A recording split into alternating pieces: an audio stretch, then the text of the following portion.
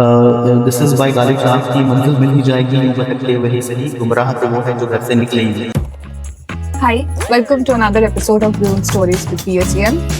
Today we have our owner of Event Sketchers, Mr. Sahil. Thank you so Much for agreeing to do this. I know you've had a really busy schedule, especially because ये event season है पूरा. Yeah. Thank you so much. Always welcome, always there. So, should we just start with the questions? बिल्कुल, bring it on, I'm ready. The burning question. करोड़ों में शादी करवा रहे हो आप? which sounds like a dream, especially in Kolkata का setup. तो मतलब but वो dream है नहीं, आप सही में you are living the dream. Why don't you take us through it? How is that going basically? To be very honest, कभी सोचा नहीं था that I'll take this legacy into a dream wedding project. क्योंकि आज भी आप मेरी मम्मा से पूछोगे तो मम्मा का जवाब बड़ा फनी होता है कि आपका बेटा करता क्या है। एंड शी रिप्लाई की यार वो तो पता नहीं अच्छे खासे मीडिया हाउस के जॉब को छोड़ के वो मंडप मंडप से जाता रहता है। बट स्टिल शायद उस जनरेशन को इस लेगेसी को समझाना बहुत मुश्किल हो जाता है। But yes, I am very proud that I am taking wedding into crores now. And मेरी कुछ वेडिंग्स ऐसी हुई है जो करोर्स में गई है and I feel very proud. It is not a wedding, actually it is a vision for a couple, जहाँ पे मेरे को लगता है कि जब मैं गेस्ट से मिलता हूँ, क्लाइंट से मिलता हूँ, तो वो चाहते हैं कि उनका शादी एक्सक्लूसिव हो। The word is exclusive. So I believe कि we are there to make your wedding a very exclusive weddings and I am blessed that I have done some weddings in India, in Calcutta and in Eastern India जो actually करोड़ों में गए हैं and I feel very proud of this. तो sir मतलब करोड़ों में अगर शादी हो रही है, of course it's a very good commercial that you're bagging. It's also that humongous task. तो वहाँ पे टीम भी वैसा ही स्ट्रांग होना चाहिए, आपका प्रेजेंस ऑफ माइंड भी उतना स्ट्रांग होना चाहिए। तो what is your take on that? Does it come to you easily, or of course you've had a really long experience under your belt, but for someone who's starting out, आप उनके लिए क्या बोलोगे? यार first of all तो nothing comes easy.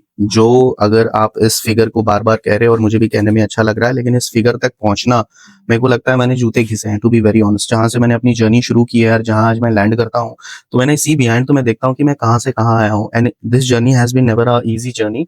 और मेरे को लगता है एटलीस्ट अगर मैं कलकत्ता के बारे में बात करूं, because my base is in Calcutta, तो कलकत्ता में they are very few client जो इस लीग पे हैं and they are lot of event managers. तो एक स्ट्रगल तो रहता ही है, बिकॉज क्लाइंट जब भी आपको ये कहे that I am only meeting you, तो आप समझ जाना कि क्लाइंट कभी भी वो चीज सच नहीं बोल रहा, बिकॉज क्लाइंट कहीं ना कहीं 10 लोगों से और मिलता है। तो अगर इस लीग के इवेंट को अगर मैं केटर करता हूं, लेकिन उस केटरिंग करने से पहले इस काम को उठाना या आई मीन उस काम को लेना इज वेरी टफ। तो मुझे लगता है कि मेरे साथ साथ 10 लोग और हैं जो टॉप मोस्ट इवेंट प्लानर्स हैं कलकत्ता के, वो भी इस लीग में है कि शायद ये इवेंट मैं करूं, ये इवेंट मैं करूं। लेकिन लकीली शायद 2-3 चीजें मेरे साथ स्ट्रॉन्ग पॉइंट है, बिकॉज मैं जहां बेस मेरी शुरू हुई है वो बहुत स्ट्रॉन्ग रही है, मेरी टीम बहुत स्ट्रॉन्ग रही है।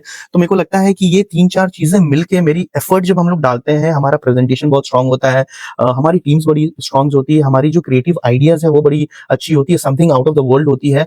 एंड हम कुछ नया बनाने की कोशिश करते हैं, चाहे वो हीरा मंडी को लेके हो, चाहे वो शीश महल को लेके हो, या anything out of the box हो, या फिर वो रोम का कॉलिजियम क्यों ना हो। So there are so many ideas, और मेरे को लगता है सिर्फ आइडियाज ही बिकती है। और आप अगर यंगस्टर के बारे में मेरे से पूछ रहे हो कि यंगस्टर्स इस चीज को कैसे ले पाए, I think first of all की जो जर्नी है ना कभी भी आपको एक दिन में मिलेगी नहीं, तो आपको उसके लिए मेहनत करना पड़ेगा।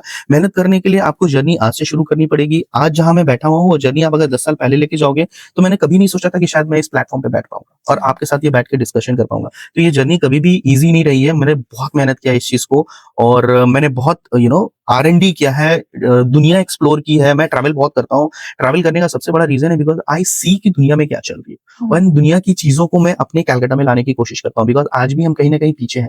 तो when I travel the world, तो ट्रैवलिंग के दौरान मैं देखता हूँ कि क्या नई चीजें हैं जो बाहर चल रही है, एंड वो सब आइडियाज को मैं यहाँ लेके आता हूँ। उसके बाद मैं उसको लैपटॉप में डालता हूँ एंड अपनी थॉट को क्लाइंट को बताता हूँ।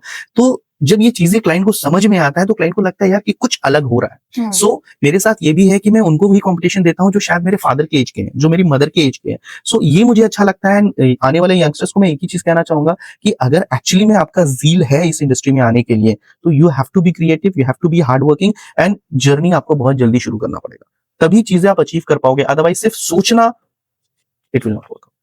You said something very interesting over here, and I'm asking you because I've taken that a little personally. क्योंकि मैं भी Calcuttaite ही हूँ, like hardcore. But as you mentioned that there are a lot of things that Calcutta is lagging behind. ठीक है, and I agree with you. As hurtful as it sounds, वो सही बात है. what do you think exactly is the problem? So the people who are starting out can also be aware कि इसलिए problem हो रहा है, because money definitely is not the problem, क्योंकि there is a class of people जो करोड़ों में मतलब देने के लिए तैयार है, but फिर भी हम वो पीछे रह जा रहे हैं. We are still sort of sleeping. तो इसका क्या? Where are the देखो, एक तो क्लास ऑफ problems? पीपल है, आपको ये चीज समझना पड़ेगा कि आज अगर हम दिल्ली मुंबई काम करते हैं तो जब हम करोड़ों की बात करते हैं तो उनके लिए करोड़ करोड़ नहीं है, उनके लिए करोड़ लाख में है. आप Okay. समझना इस चीज को. मैं कलकत्ता को खराब नहीं कह रहा हूँ या दिल्ली को अच्छा नहीं कर रहा हूँ, ये होता है, ठीक है. हर स्टेट्स में, हर देश में अलग क्लासिफिकेशन है इस चीज को लेके. एंड किसी के लिए 1 करोड़ की इवेंट भी बहुत बड़ी इवेंट है और किसी के लिए 1 करोड़ का इवेंट भी बहुत छोटा इवेंट है. सो डिपेंड करता है कि आपकी टारगेट क्लाइंट कौन सा है, ठीक है. कई बार हम सुनते हैं ना कि फरारी कितनी एक्सपेंसिव कार है, लेकिन वो एक्सपेंसिव शायद मेरे लिए है, लेकिन एक बिलियनर के लिए वो कुछ भी नहीं. It is just like a toy. तो मेरे को लगता है ये क्राउड है. और अगर यंगस्टर्स की बात करूं तो अगर वो थोड़ा सा एक्सपोजर और ले ले. कई बार मैंने देखा है कि लोगों को बस तुरंत चाहिए होता है, जल्दी चाहिए होता है. वो कभी जल्दी नहीं मिलेगा. मतलब it doesn't matter how fast you go, it only matters how far you go. And I believe कि मैं ज्यादा दूर तक जाऊं.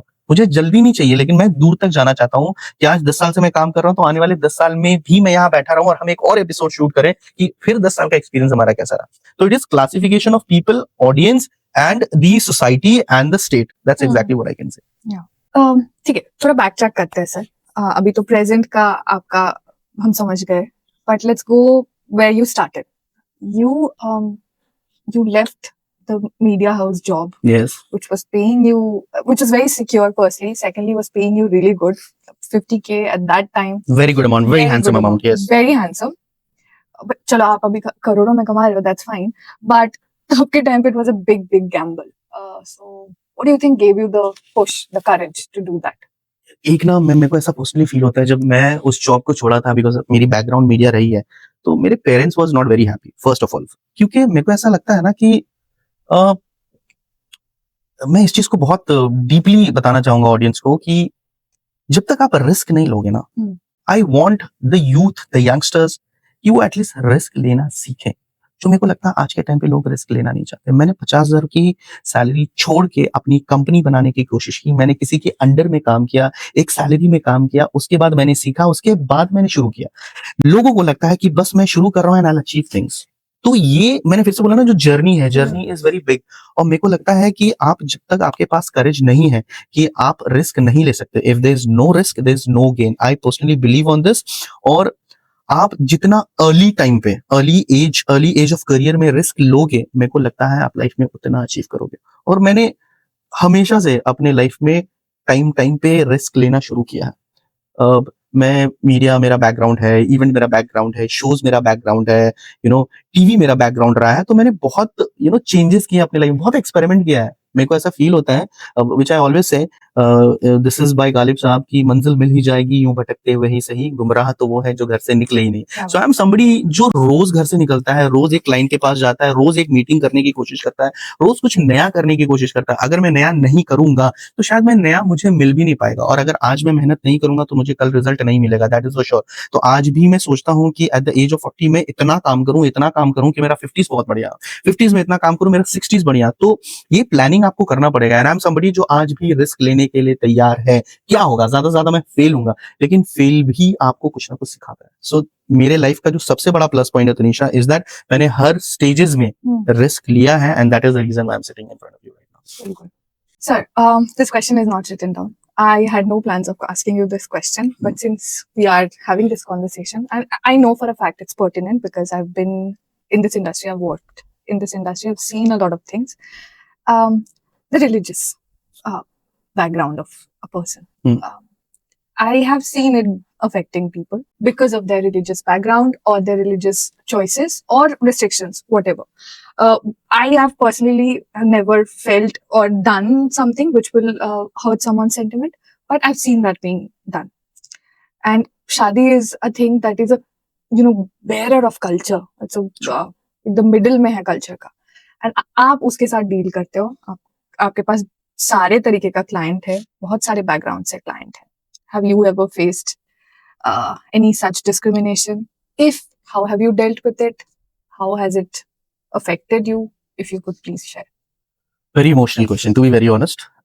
It's okay. I want कि जितने क्वेश्चन है ब्रिंग इट ऑन कर लो आज आप। हम्म। प्रॉब्लम्स आई हैं, ठीक है। होता क्या है, हमारा जो कल्चर है, हमारे जो इंडियन कल्चर्स है, मुझे लगता था कि पहले जो ओल्ड एज लोग होते थे शायद कस्टम्स वगैरह में, रिलीजन्स वगैरह में ज्यादा बिलीव करते थे, लेकिन मेरे को लगता है लोग जैसे जैसे एजुकेटेड होते रहे, जैसे जैसे स्मार्ट बन रहे हैं, लोग और भी ज्यादा इस चीज को मानने लगे हैं। एंड शायद इसका रीजन ये है कि हम हमारे इन्वायरमेंट वैसा हो रखा है कि लोग उस चीज को ज्यादा इंपॉर्टेंस देते हैं। मैंने भी फेस किया है, बिकॉज आज भी मैं ये मानता हूँ कि वेडिंग इंडस्ट्री जो है 70% is dependent on the Marwari community, and if you are not belong to that community, तो कई बार हुआ है कि आपको वो काम, I will be very honest and upfront, मैं घुमा के भी ये बात नहीं कहूंगा, एकदम फ्रंट बोल रहा हूँ कैमरा में, yes I have faced and there are lot of people who are facing this, but I know one thing कि अगर आपके अंदर डेडिकेशन है, मैंने जिंदगी में कभी ये नहीं सीखा कि ये नहीं होता है, सब कुछ होता है। अगर आप किसी भी भगवान में बिलीव करते हो, भगवान, ईश्वर, खुदा, वो आपके लिए अगर आपकी हाथों की लकीरें बना रहा है, तो I can give you on writing, आप इतनी मेहनत कर दो ना कि आप अपनी हाथ के लकीरों को भी बदल सकते हैं। And trust me on this, मेरे साथ ऐसा हुआ है कि कई बार जो मुझे नहीं मिलने वाला है, मैंने इतनी मेहनत की है, इतना टेक्निकलिटीज को समझा है और अपने काम को इस लीक तक जाके समझा है कि सारे लोग देखते रह गए हों, और मैंने, कहते हैं ना कि वो किसी से छीन के ले आना, मैं अपनी तकदीर को छीन के लेके आता हूँ। एंड इसमें सिर्फ एक ही चीज का बिलीव होता है, is that the self belief, मुझे यकीन है कि ये मैं कर सकता हूँ। So, sir, after being in the industry for over 10 years and still in the industry, you're on the other side of the table as well. आप अभी बच्चे लोगों को सिखा भी रहे हो, ठीक है? What do you think is the need for a structured event management course? Is there a need for it, or do you think I can just wake up one day and want to be an event planner, can just become an event planner? What is your take on that? The take is very clear. I think ये कभी नहीं होता है कि आप सुबह उठो और आपको लगता है आप ये बन जाओगे, वो कभी नहीं होता है। सो फर्स्ट ऑफ ऑल, अगर आप कोई चीज सीख के जाते हो, आप इस चीज को समझना, हो सकता है यू आर वेरी टैलेंटेड, हो सकता है you are very creative, but आपको पता नहीं कि किस वक्त क्या बोलना है, आपको पता नहीं टेक्निकल चीजें क्या होती है, कुछ कुछ टेक्निकल वर्ड्स होती हैं जो you are not aware of it, so वो टेक्निकल वर्ड की वजह से आप पीछे रह जाओगे। तो मेरा ऐसा मानना है कि आप अगर कोई चीज को सीख के जाते हो, किसी भी चीज को, it's not about only even, it's about any industry, आप अगर उसे सीख के जाते हो, आप अगर इंटर्न करके जाते हो या किसी इंस्टीट्यूट के थ्रू होके जाते हो, जहाँ पे आपको टेक्निकलिटीज सिखाया जाता है, जहाँ आपको सिलेबस सिखाया जाता है, जहाँ पे आपको फ्रीलांसिंग काम कराया जाता है, तो मेरे को लगता है वो ज्यादा स्ट्रांग बनता है any time and every time. तो मैं ऐसा बिलीव करता हूँ कि पहले सीखो, फिर काम करो और फिर एक्सप्लोर करो, एंड इसी तरीके से you can do the entire दुनिया मुठ्ठी। मतलब आई थिंक एक्सप्लॉयटेशन तो सब जगह पे ही है, in every industry, everywhere you go exploitation तो होगा ही, इसमें भी है, ठीक है, let's be honest. So do you not think that a proper understanding, a proper knowledge can also sort of safeguard you from all of these exploitations? there's no safeguard, मतलब there's nothing called which is a safeguard। और मैं चाहता हूँ कि अगर लोग थोड़ा सा एक्सप्लॉइट हो भी रहे हैं, मैं इस चीज को, आपका बैड एक्सपीरियंस ही आपको स्ट्रांग बनाता है, ये मैं कहना चाहूंगा लोगों से। अगर कोई भी चीज आपको इजी मिल रहा है ना, तो आप उसकी वैल्यू नहीं समझते हो। मतलब फॉर एन एग्जांपल, डिपेंड करता है कि लोग कहते हैं ना कि मेरी जर्नी बड़ी डिफिकल्ट रही है, मेरा स्टार्टअप बड़ा डिफिकल्ट रहा है, लेकिन डिपेंड ये करता है कि आपका स्टार्टअप कहाँ हुआ है। कई बार लोगों की स्टार्टअप मर्सिडीज में होती है और कई लोग पैदल चल के स्टार्टअप करते हैं, तो ये जो डिफरेंस है ना, ये स्टार्टअप्स का मतलब बहुत अलग है। तो इसका आंसर सिंपल लाइन में मैं नहीं दे सकता हूँ, बट एक ही चीज कहूंगा, आप सुबह उठो और आप ये बन जाओगे, ये कभी नहीं हो सकता है। सो एवरी डे एक डिसिप्लिन लाओ, सीखो, करो, लोगों के अंडर काम करो। मैंने बहुत काम किया है यार, मैंने लोगों के अंडर में काम किया है, मैंने 200 रुपए से काम शुरू किया था, आई स्टिल रिमेंबर। तो जितना आप सीखोगे, जितना आप काम करोगे, मेरे को लगता है आप उतना ज्यादा एक्सपर्ट बनोगे, और फिर आप अगर अपना कुछ करना चाहोगे, तब आपकी ब्रांड जाके बनेगी। तो अगर वो कोई लोग एक्सप्लॉइट आप कह रहे हो या कुछ बैड एक्सपीरियंस भी हो रहा है, तो हो, बिकॉज बैड एक्सपीरियंस ही आपको गुड एक्सपीरियंस का रिजल्ट बताएगा, to be very honest. So, sir, it's a matlab, one of the topics that you cover at BSEM is PR and communication. And let me tell you, people across all batches are waiting for you to take the class.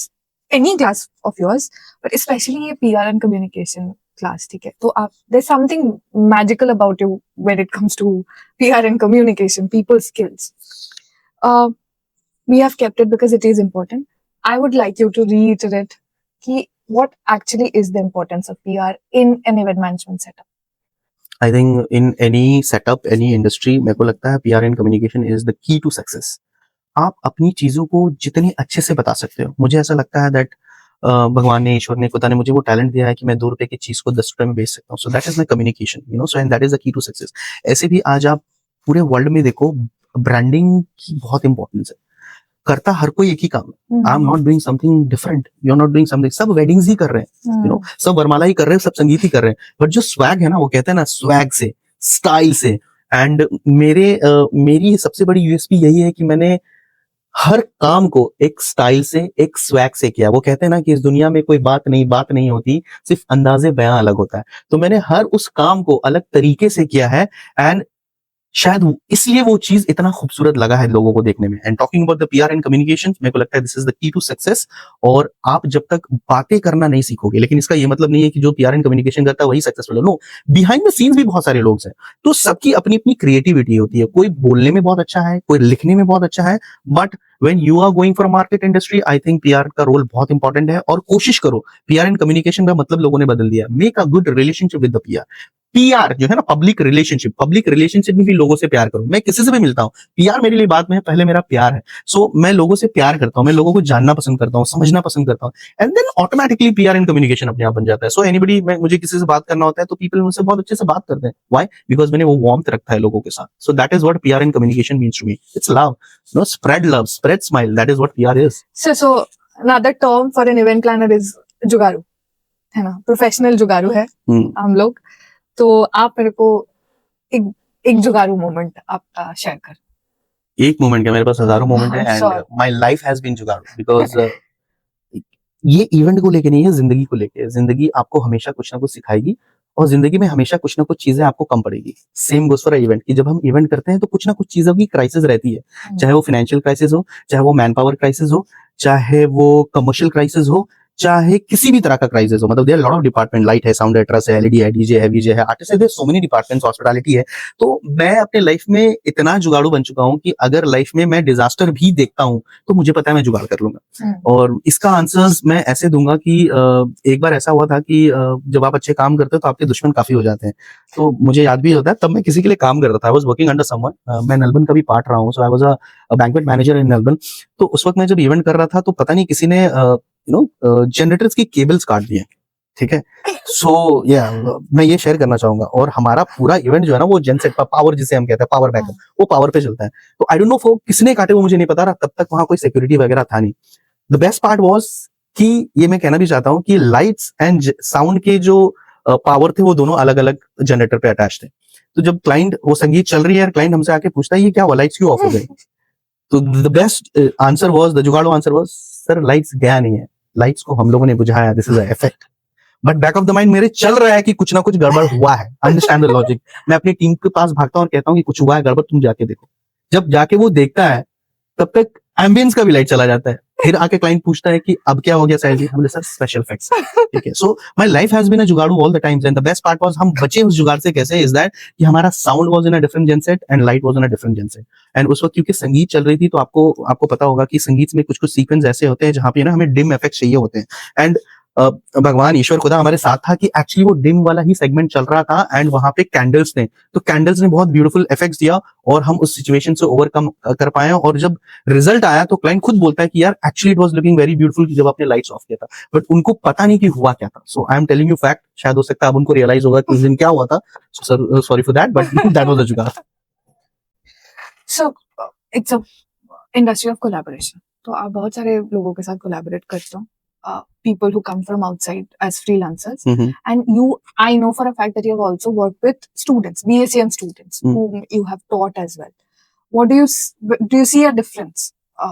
If so, where is the difference? Difference है, बहुत बड़ा difference है। मैं इसका answer आपको दो चीज से देता हूँ। कई बार हम ये समझते हैं कि ये हमसे बड़ा है तो ये हमसे ज्यादा एक्सपीरियंस होगा। It's a wrong answer. आप बड़े हो तो इसका ये मतलब नहीं कि आप एक्सपीरियंस हो। Same goes for it. एक लेमैन की तरह जाना, एक क्राउड को लाना और एक प्रोफेशनल को लाना, दो डिफरेंस है। सो मेरे को लगता है कि अगर बीएसीएम या किसी भी institute, I will talk about the institute right now, कि कोई भी इंसान कहीं से ट्रेंड होके अगर आता है तो मेरे को लगता है एक नॉर्मल क्राउड से ज्यादा एक्सपीरियंस उसको होता है, और एटलीस्ट नॉलेज होता है। मे बी प्रैक्टिकल नहीं हो, लेकिन उसने इतना देख रखा है, सुन रखा है एंड जान रखा है द टर्म्स, टेक्निकलिटीज, इतना उसको पता होता है कि आप अगर उससे कुछ कहोगे तो शायद वो आपके लिए हेल्पिंग हैंड बनेगा। But when it comes to normal people जो कभी भी इस इंडस्ट्री को नहीं जानते हैं, वो एक क्राउड की तरह है, वो एक पोर्टर की तरह है, वो सामान इधर से उठा सकते हैं इधर, Yeah. लेकिन टेक्निकली वो आपको हेल्प नहीं कर सकते. So that is the correct answer कि they are more technical compare to your normal people. And इनको थोड़ा सा नॉलेज होता है इसके बारे में. बाकी आप जितना घिसोगे you will get more knowledge. They basically they add proper value to the या whole the word is scenario. Value. वो एक्चुअली वैल्यू देता है कि देता है. अगर आप कुछ ऐसे लोगों को लेके काम करना चाहते हो. एक्चुअली हम क्या है, हम एक वॉरियर है. Hmm. तो वॉरियर स्ट्रांग तब होता है जब उसके बटालियन बहुत स्ट्रांग होते हैं. Exactly. तो फॉर मी बटालियन में कौन हो गया? Uh production people, uh PR people, uh artist people, uh floral and the bunch of people जो इनको टीम की तरह असिस्ट करते हैं. Hmm. तो अगर मैं कुछ ऐसे लोगों को लेके काम कर रहा हूँ जिनको नॉलेज है, जो चीजों को समझते हैं, जो टर्म्स को समझते हैं, जो लीगैलिटीज को समझते हैं, तो at least I will be more equipped. जो दूसरा कोई कर पा रहा है उससे मैं बेटर ही कर पाऊंगा, because it is not me who is working all the time, it is the team who is working behind you. So वो टीम स्ट्रांग बनाता है. और मेरे को लगता है इसका रोल बहुत इंपॉर्टेंट है कि आप ट्रेंड होके आ रहे हो एंड आप सीख के आ रहे हो. So that brings us to the end of this episode. We will be discussing in the further episodes more such stories. So keep your eyes on this. And if you also have any further questions, drop it in our DM or mail it to us. It will be given in the caption.